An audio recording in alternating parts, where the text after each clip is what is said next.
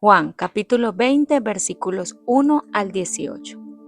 El primer día de la semana, muy de mañana, cuando todavía estaba oscuro, María Magdalena fue al sepulcro y vio que habían quitado la piedra que cubría la entrada. Así que fue corriendo a ver a Simón Pedro y al otro discípulo a quien Jesús amaba y les dijo: Se han llevado del sepulcro al Señor y no sabemos dónde lo han puesto. Pedro y el otro discípulo se dirigieron entonces al sepulcro. Ambos fueron corriendo, pero como el otro discípulo corría más aprisa que Pedro, llegó primero al sepulcro. Inclinándose, se asomó y vio allí las vendas, pero no entró. Tras él llegó Simón Pedro y entró en el sepulcro. Vio allí las vendas y el sudario que había cubierto la cabeza de Jesús, aunque el sudario no estaba con las vendas, sino enrollado en un lugar aparte. En ese momento entró también el otro discípulo, el que había llegado primero al sepulcro, y vio y creyó. Hasta entonces no habían entendido la escritura que dice que Jesús tenía que resucitar. Los discípulos regresaron a su casa, pero María se quedó afuera, llorando junto al sepulcro.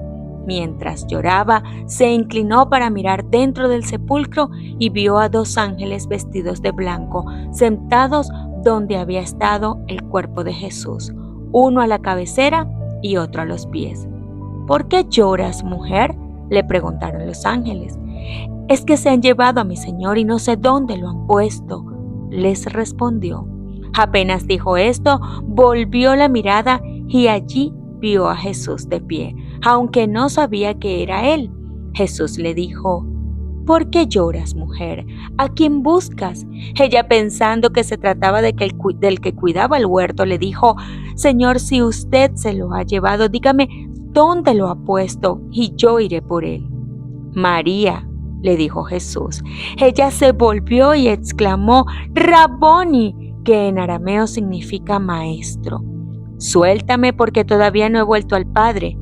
Ve más bien a mis hermanos y diles: vuelvo a mi Padre, que es Padre de ustedes, a mi Dios, que es Dios de ustedes. María Magdalena fue a darles la noticia a los discípulos. He visto al Señor, exclamaba, y les contaba lo que él le había dicho. ¿Por qué lloras? Las mujeres que habían estado al lado de la cruz de Cristo esperaron velando que transcurriesen las horas del sábado. El primer día de la semana, muy temprano, se dirigieron a la tumba llevando consigo especias preciosas para ungir el cuerpo del Salvador. No pensaban que resucitaría. El sol de su esperanza se había puesto y había anochecido en sus corazones. Mientras andaban, relataban las obras de misericordia de Cristo y sus palabras de consuelo, pero no recordaban sus palabras: otra vez os veré. Ignorando lo que estaba sucediendo, se acercaron al huerto diciendo mientras andaban: ¿Quiénes nos revolverán la piedra del sepulcro?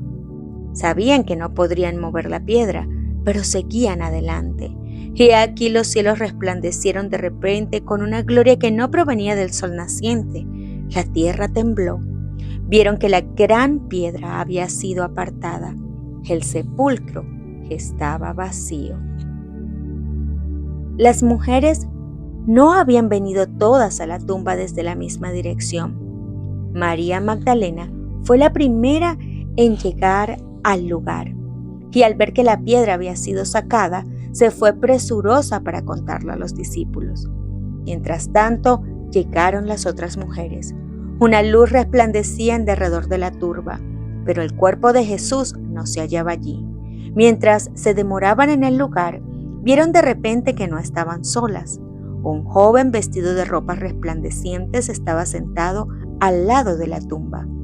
Era el ángel que había apartado la piedra. Había tomado el disfraz de la humanidad y, a fin de no alarmar a estas personas que amaban a Jesús, sin embargo, brillaba todavía en derredor de él la gloria celestial, y las mujeres temieron. Se dieron vuelta para huir, pero las palabras del ángel detuvieron sus pasos. No temáis vosotras, les dijo, porque yo sé que buscáis a Jesús, que fue crucificado. No está aquí, porque ha resucitado como dijo.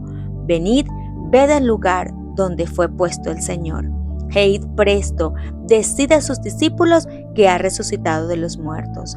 Volvieron a mirar al interior del sepulcro y volvieron a oír las nuevas maravillosas.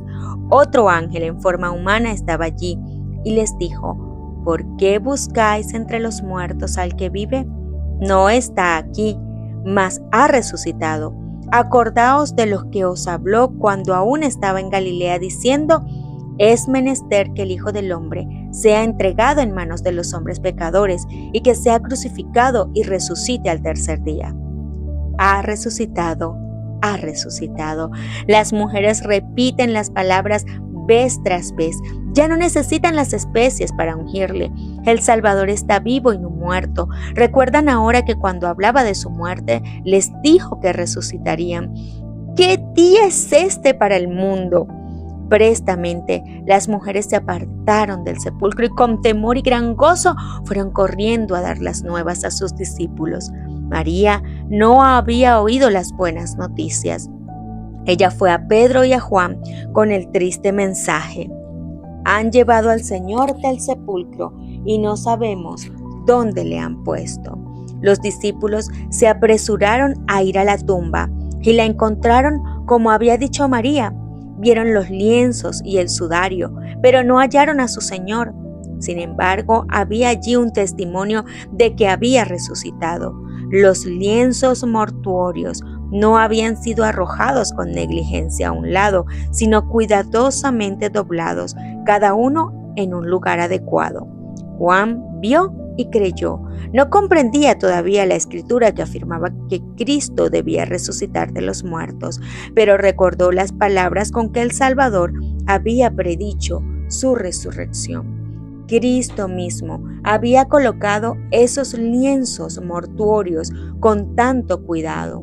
Cuando el poderoso ángel bajó a la tumba, se le unió otro, quien con sus acompañantes habían estado guardando el cuerpo del Señor.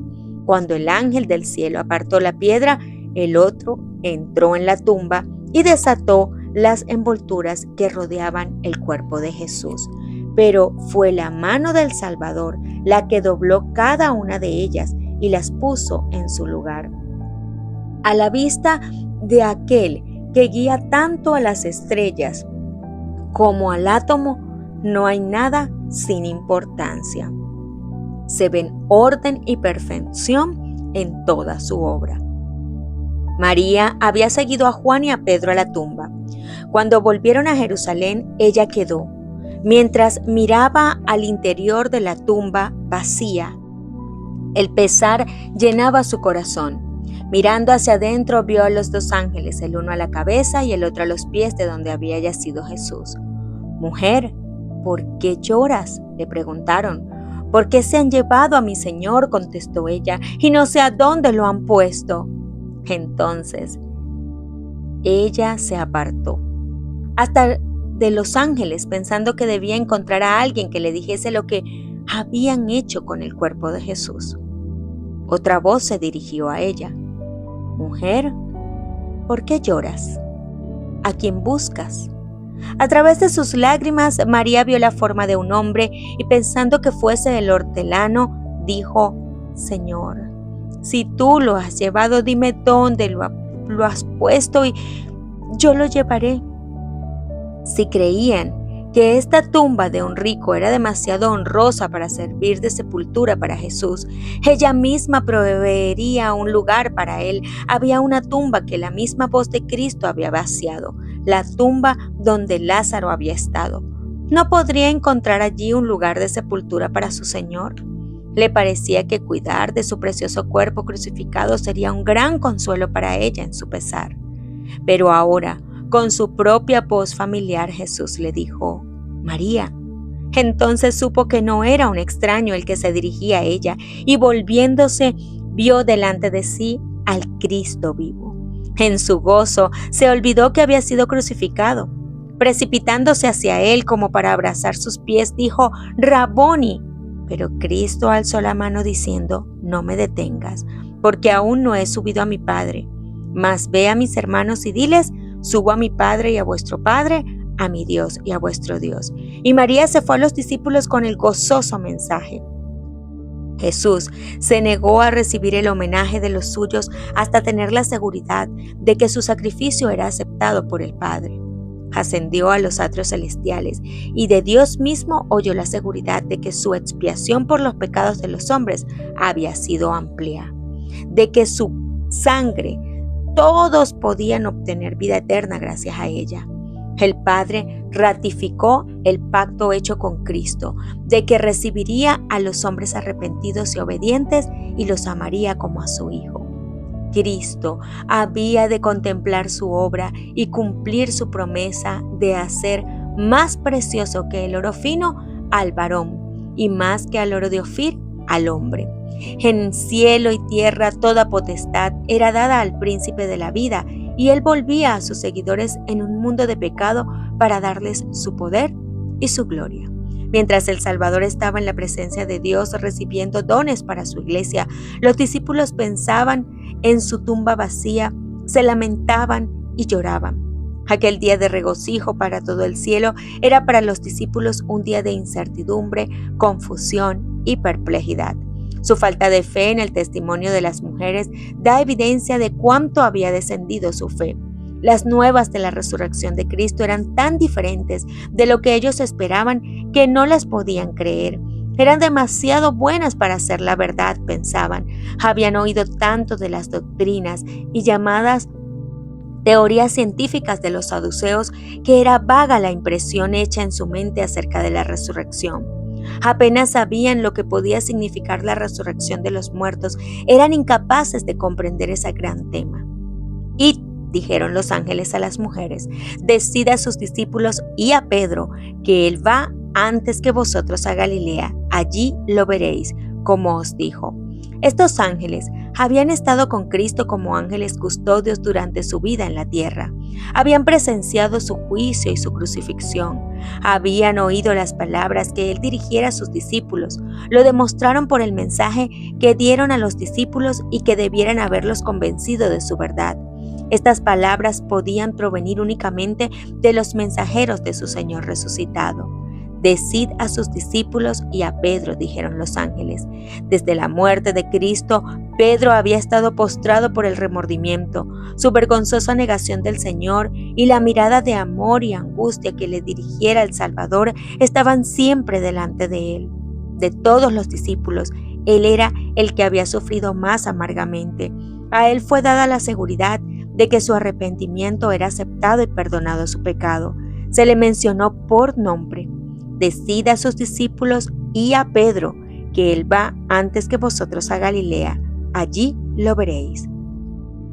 Todos los discípulos habían abandonado a Jesús y la invitación a encontrarse con él nuevamente, a incluirlos a todos, no los había desechado. Cuando María Magdalena les dijo que habían visto al Señor, repitió la invitación de encontrarle en Galilea y por tercera vez les fue enviado el mensaje. Después que hubo ascendido al Padre, Jesús apareció a las otras mujeres diciendo, salve, y ellas se llegaron y abrazaron sus pies y le adoraron. Entonces Jesús les dice, no temáis, id, dad las nuevas a mis hermanos para que vayan a Galilea y allí me verán. La primera obra que hizo Cristo en la tierra después de su resurrección consistió en convencer a sus discípulos de su no disminuido amor y tierna consideración por ellos, para probarles que era su Salvador vivo, que había roto las ligaduras de la tumba y no podía ya ser retenido por el enemigo de la muerte, para revelarles que tenía el mismo corazón lleno de amor que cuando estaba con ellos con su amado Maestro, les apareció vez tras vez. Quería estrechar aún más en derredor de ellos los vínculos de su amor. Id, decid a mis hermanos, dijo, que se encuentren conmigo en Galilea. Al oír esta cita tan definida, los discípulos empezaron a recordar las palabras con que Cristo les predijera su resurrección. Pero aún así no se regocijaban, no podían desechar su duda y perplejidad. Aun cuando las mujeres declararon que habían visto al Señor, los discípulos no querían creerlo, pensaban que era pura ilusión. Una dificultad parecía acumularse sobre otra. El sexto día de la semana habían visto morir a su maestro. El primer día de la semana siguiente se encontraban privados de su cuerpo y se les acusaba de haberlo robado para engañar a la gente. Desesperaban de poder corregir alguna vez las falsas impresiones que se estaban formando contra ellos. Temían la enemistad de los sacerdotes y la ira del pueblo. Anhelaban la presencia de Jesús, quien les había ayudado en toda perplejidad. Con frecuencia repetían las palabras: esperamos que Él era el que había de redimir a Israel. Solitarios y con corazón abatido, recordaban sus palabras: si en el árbol verde hacen estas cosas, ¿en el seco qué se hará? Se reunieron en el aposento alto y, sabiendo que la suerte de su amado maestro podía ser la suya en cualquier momento, cerraron y atrancaron las puertas. Y todo el tiempo podrían haber estado regocijándose en el conocimiento de su Salvador resucitado. En el huerto, María había estado llorando cuando Jesús estaba cerca de ella. Sus ojos estaban tan cegados por las lágrimas que no le conocieron. Y el corazón de los discípulos estaba tan lleno de pesar que no creyeron el mensaje de los ángeles ni la palabra de Cristo. ¿Cuántos están haciendo todavía lo que hacían estos discípulos? ¿Cuántos repiten el desesperado clamor de María? Han llevado al Señor y no sabemos dónde le han puesto. ¿A cuántos podrían dirigirse las palabras del Salvador? ¿Por qué lloras? ¿A quién buscas? Está al lado de ellos, pero sus ojos cegados por las lágrimas no lo ven. Les habla, pero no lo entienden. Ojalá que la cabeza inclinada pudiese alzarse, que los ojos se abriesen para contemplarle, que los oídos pudiesen escuchar su voz. Id presto, decid a sus discípulos que ha resucitado. Invitadlos a no mirar la tumba nueva de José, que fue cerrada con una gran piedra y sellada con el sello romano.